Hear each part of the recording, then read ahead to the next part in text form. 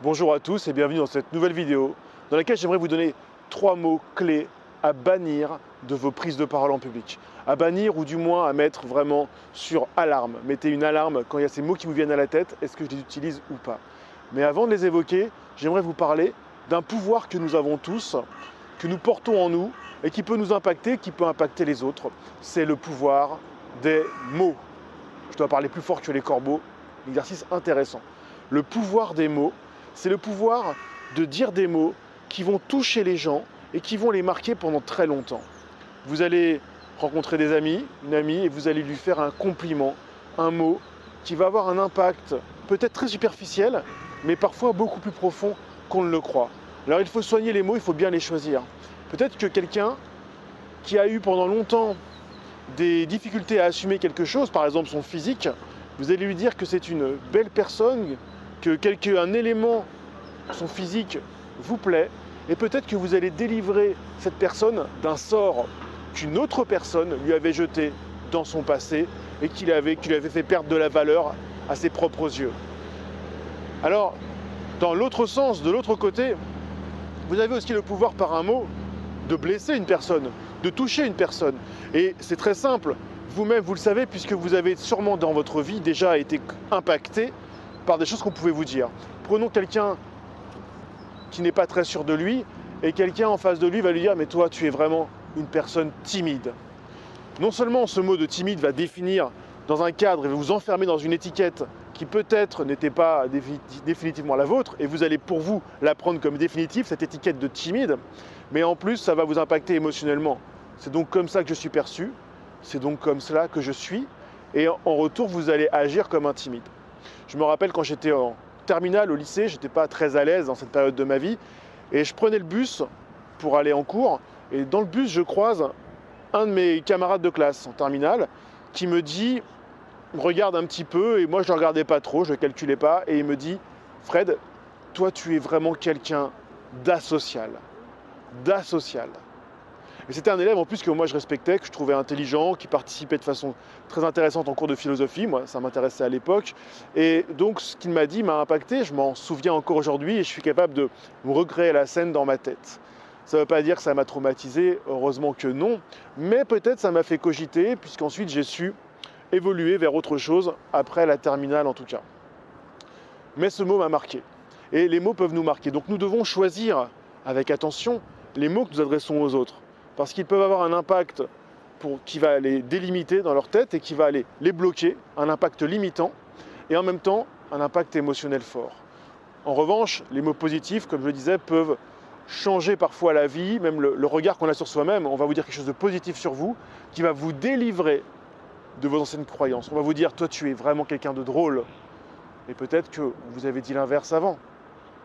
On va vous dire oui quand vous posez votre fameuse question, et ce oui sera un oui mémorable pour vous et peut-être que tous les autres oui que vous entendrez ensuite, pendant en tout cas une période de votre vie, auront cette magie du oui que vous aviez entendu lorsque vous avez fait votre demande. Donc il faut toujours avoir en tête que ce pouvoir des mots est extrêmement puissant. Et lorsque vous allez être sur scène, il y a des mots que vous allez employer et qui parfois vont vous faire perdre de la valeur, de la crédibilité. D'autres mots, au contraire, vont montrer que vous avez un leadership, que vous êtes confiant en vous, que vous avez de la force. Alors aujourd'hui, j'aimerais donner au moins 3 mots qui sont souvent considérés comme étant à bannir. Et pour moi, je dirais à bannir, oui, sauf si vous les utilisez, bien sûr, en toute conscience. Le premier mot, c'est essayer.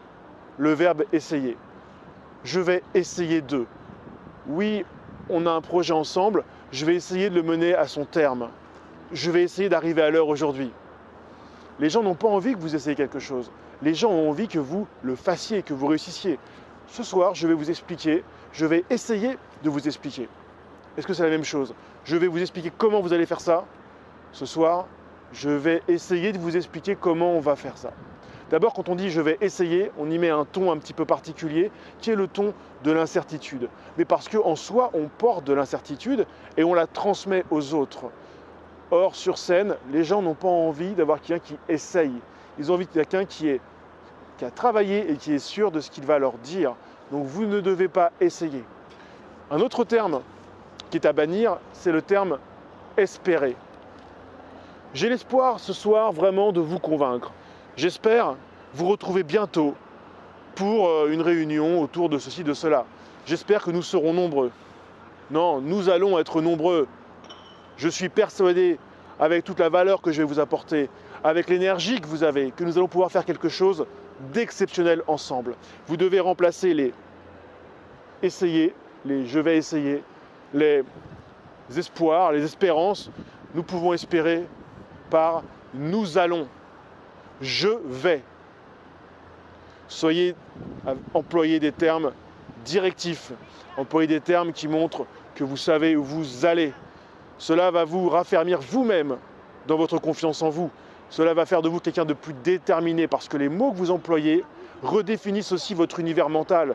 Rappelez-vous, quelqu'un qui vous dit vous êtes timide, quelqu'un qui vous dit vous êtes asocial, qui vous dit vous êtes moche, qui vous dit vous êtes stupide, vous êtes nul. Tout cela va participer à vous définir. Mais les mots que vous employez vous-même pour les autres, la façon de vous exprimer, la façon de vous penser, va définir votre réalité aussi. On ne peut pas changer du jour au lendemain sa façon de s'exprimer, sa façon de parler. Mais on peut.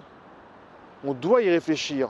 On doit y travailler parce que c'est par l'habitude, par le fait de répéter certains styles de communication qu'on va pouvoir se l'approprier. Pour finir, j'ajouterai un dernier mot à bannir. Devrait. Vous savez, le conditionnel avec devoir. On devrait faire ça. Vous devriez faire ceci. On devrait marque aussi de l'incertitude. Ce conditionnel du devoir, on devrait, mais on n'est pas trop sûr, on ne veut pas non plus trop gêner, ce serait bien que, mais on ne sait pas trop, fait partie de ce qu'il y a à dégager. Donc à dégager, espérer, essayer, on devrait, le conditionnel avec le terme de devoir. On pourrait aussi, est discutable, on pourrait faire ceci, on pourrait faire cela. Non, on va faire ça, on peut faire ça et on va le faire. Mais il faut choisir, éviter les choses trop au milieu, trop incertaines, trop je ne sais pas quoi faire, j'hésite, parce que cela transparaît sur vous, cela montre que vous êtes incertain, que vous n'êtes pas sûr de vous, et cela ne va pas entraîner les gens à vous suivre. Quand vous êtes sur scène, vous devez prendre une position qui n'est pas forcément évidente pour vous, mais le moment simplement où vous êtes sur scène, pas avant ou après, le moment où vous êtes sur scène, c'est vous qui avez le lead, c'est vous qui êtes le leader, c'est en vous qu'on a confiance, on vous a confié du temps pour vous écouter, vous devez l'utiliser pour proposer, mener, inspirer, transmettre un message avec un certain degré de certitude. Et donc prenez l'habitude d'écarter ou de mettre des gros warnings dans votre tête si vous employez ces mots.